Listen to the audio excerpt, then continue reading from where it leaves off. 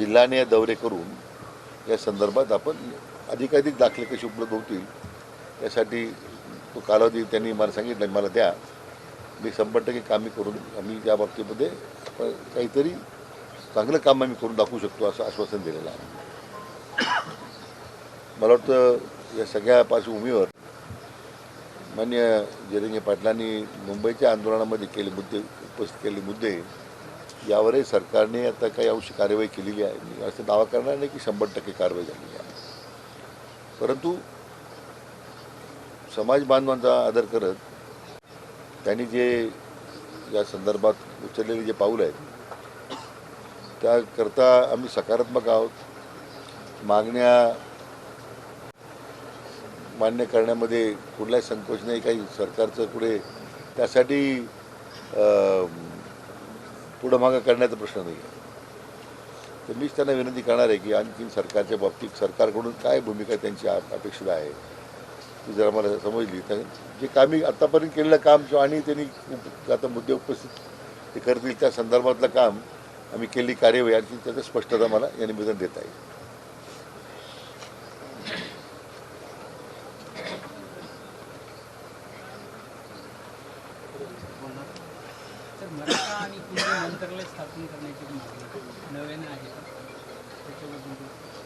नाही तर काय सुरुवातीला तशा प्रकारचा विचार मागणी नव्हती, पण अशा प्रकारचं मंत्रालय स्थापन करता येईल का, कारण आपल्याला त्याच्यामध्ये काही घटनात्मक तरतुदीचा अभ्यास करावा लागेल. त्याची मी लगेच काही भाष्य करू शकणार नाही. सातारा संस्थांचं गॅजेट GR काढण्याची मागणी नाही, सातारा संस्थांच्या सातारा गॅजेटबद्दल काय झालं आहे, आमच्या दृष्टीने हैदराबाद गॅजेट आता सर्वोच्च न्यायालयापर्यंत त्याचं कंटेस्ट झालं. मुंबई उच्च न्यायालयामध्ये काही लोकांनी प्रयत्न केला, त्याला स्थगिती मिळाली नाही.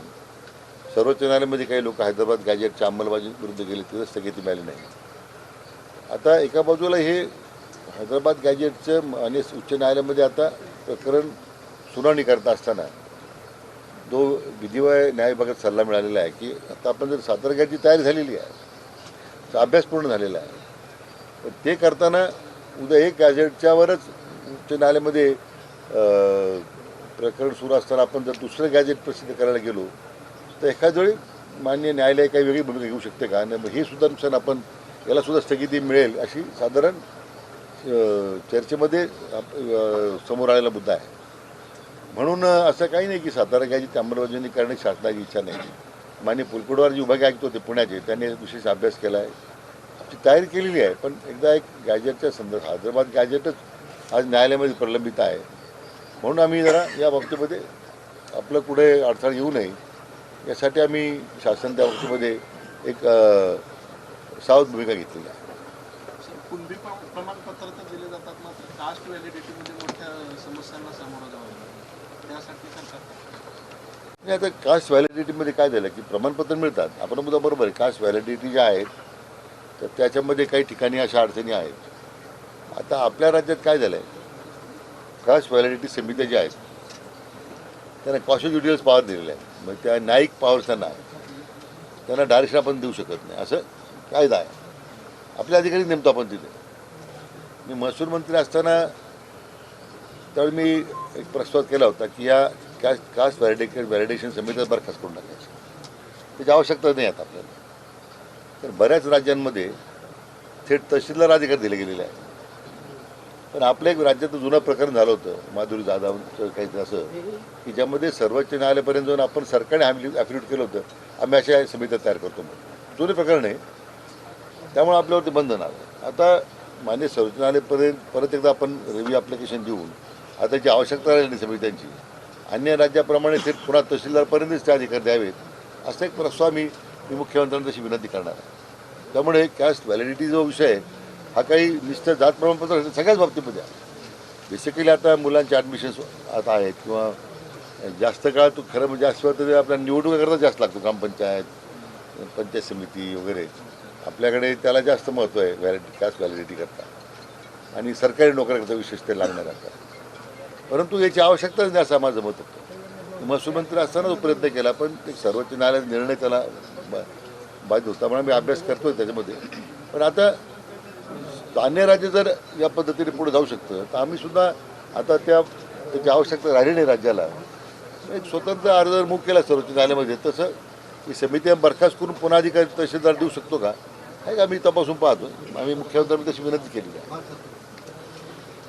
आता जून महिन्यामध्ये ॲडमिशन होणार आहे तर त्यासाठी मोठ्या प्रमाणामध्ये त्यांना पूर्वी प्रमाणपत्र ते लागणार आहे आणि व्हॅलिडिटी सुद्धा दिली जात नाही. तर व्हॅलिडिटीचा सुद्धा वेळ लागतो. सरकार यासाठी काय तातडीने पावलं उचलणार आहे? नाही आता पाहू ना त्याला आपण त्याप्रमाणे जे मगाशी तुम्हाला जे पाटलांनी मला कन्नडच्या बाबतीमध्ये एक मुद्दा उपस्थित करता मी त्यांच्या माध्यमातून पाहिलं होतं बोलताना म्हणून त्याची दखल घेऊन आपण ताबडतोब त्याचा आढावा घेतला. मी आज कन्नडचे प्रांत बोलवले होते. ते ज्या लोकांची व्हॅलिडिटी थांबवली होती त्यांना बोलवलं होतं. ते वस्तुस्थिती होती की अधिकाऱ्यांच्या निष्काळजीपणावर ते घडलं होतं. अशा मग सर्रासपणे व्हॅलिडिटी थांबल्या जातात का तर ते माननीय विभागीय आयुक्तांना मी आज सूचना केलेल्या आहेत की 2-3 वेळा आमच्या बैठका झाल्या VC होतात राजभासारख्या.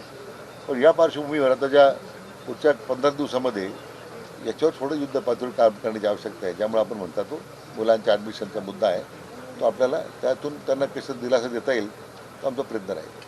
या बाबतीमध्येच जरांगे पाटलांनी असं म्हटलं होतं की बाबा ह्या अधिकाऱ्यांना जर मुलं विचारायला गेले प्रमाणपत्र द्या ते अधिकारी सांगतात की हे सगळं वरूनच थांबवले वरून काही सूचना आलेल्या नाही अशा पद्धतीचे उत्तर अधिकारी देतात असं जरांगे पाटील. नाही असं वरून कोणी काही सांगितलेलं नाही आहे. हा विनाकारण गैरसमज झालेला आहे की वरून काय सांगितलेलं आहे. आता आपण 3 लाख जर दाखले दिलेले आहेत. आता वरून जर सांगितलं असं थोडं दाखले मिळाले असते.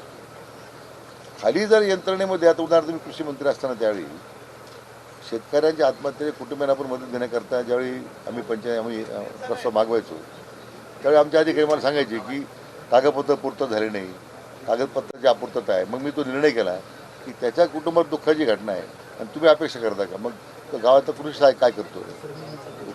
मग आम्ही कंपल्सरी आता शेतकऱ्याच्या घरी जाऊन ती कागदपत्र पूर्तता करून घ्यायच्या सूचना दिल्या आहेत. आता मग ते काम बहुतेक प्रकरणं वेगात निघाली प्रलंबित काय फारसे झाले नाही.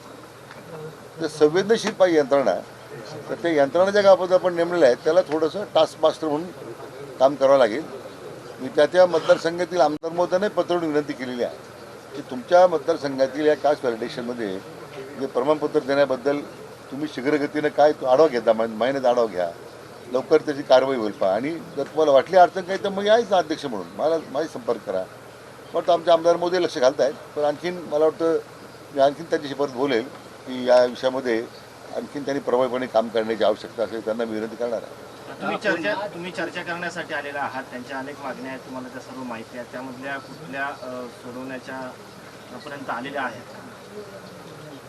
आता गुन्हे माग घेण्यासंदर्भात मी तर सांगितलं 90% जवळ गुन्हे माग घेतलेले आहेत. पण काही गुन्हे इतके गंभीर स्वरूपाचे होते 1-2 ठिकाणी घरं जाळली गेली वगैरे त्यामध्ये आता काही कर्मचारी कमी करता येतील हा फक्त मुद्दा आहे. आता त्या न्याय व विधी व न्याय विभागाची चर्चा करून करू. नोंदीवरून थोडासा संभ्रम आहे. नेमक्या किती नोंदी शासनाने म्हणजे नोंद आढळलेली आहे. कोणी 58 लाख म्हणते कोणी 14 लाख म्हणते 12 लाख म्हणते. नेमका शासनाचा आकडा खरा किती आहे नोंदी एकंदरीत पहिल्यापासून आतापर्यंतचा आहे की मग हा आंदोलनानंतर 3 वर्षातला आहे का तो आपल्या पासूनचा साधारण समिती स्थापन झाल्यापासून म्हणजे आपण जेव्हा शिंदे समिती स्थापन केली साधारण माझ्या माहितीप्रमाणे एकूण नोंदी संख्या होती 49,878 आणि त्यात कुटुंबाची संख्या होती 3,08,898. 3,08,898 लोकांचे अर्ज प्राप्त झाले. पैकी 3,02,251 लोकांना दाखले मिळाले. नाकारल्या अर्ज संख्या 427 आहे. एकूण नोंद किती आढळल्या 49,078. 49 या 3 वर्षामध्ये. आणि आपण समिती स्थापन झाल्यानंतर आमच्याकडून 61,230 प्रमाणपत्र देण्यात आले. म्हणजे मला वाटतं या सगळ्या एकूण प्रक्रियेमध्ये आम्ही जे काय कार्यवाही करतोय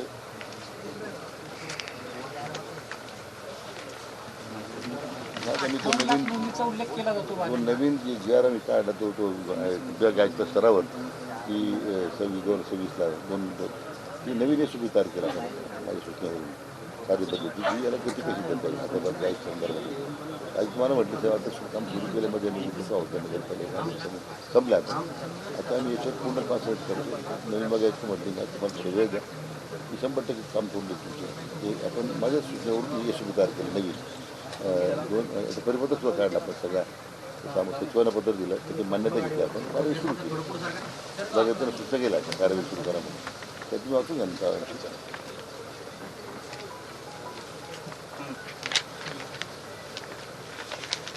सर 58 लाखाचा निधीचा उल्लेख केला जातो वारंवार.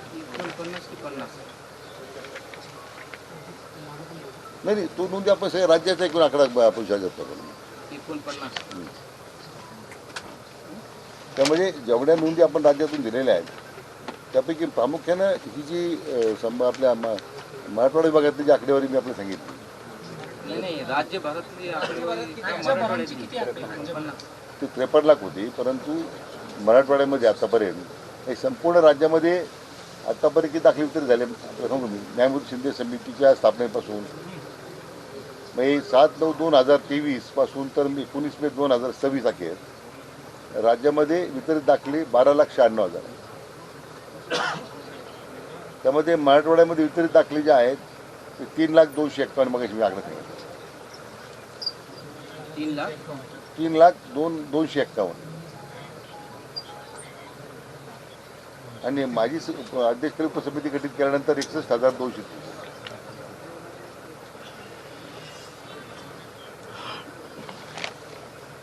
आता 961 गुन्हे दाखल झाले होते, त्यामध्ये 860 830 गुन्हे मागे घेण्याची शिफारस आहे आणि गुन्हे जे मागच घेऊ शकत नाही आपण या 961 मध्ये असे 64. अशा पद्धतीने तो सरकारच्या करता तो आमच्या दैनंदिन आम्ही आढावा घेतोच त्याचा ना.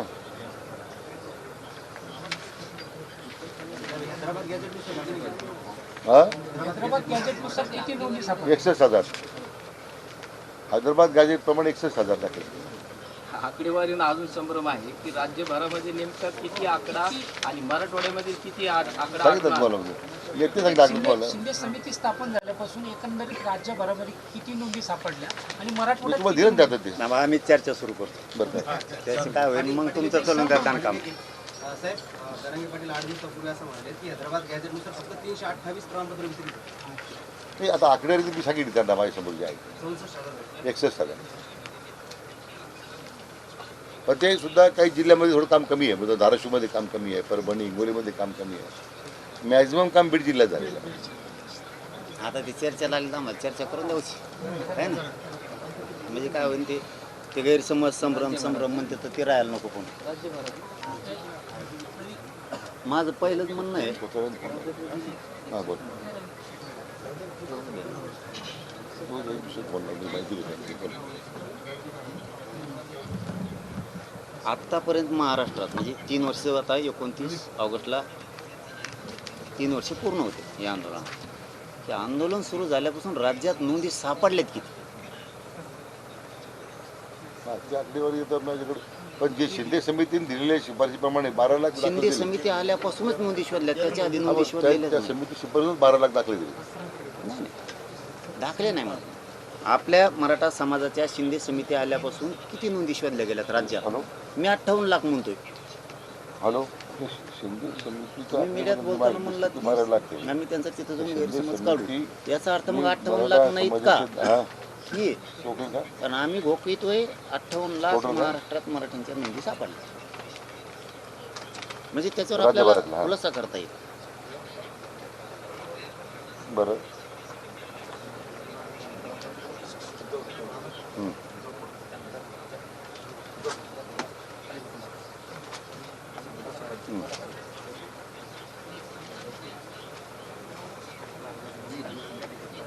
शिंदे समितीने किती शोधले? शिंदे समितीने किती शोधले?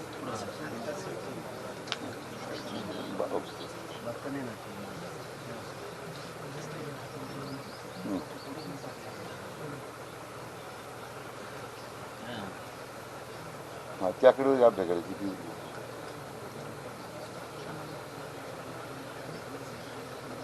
बरं ठीक. हो ठीक.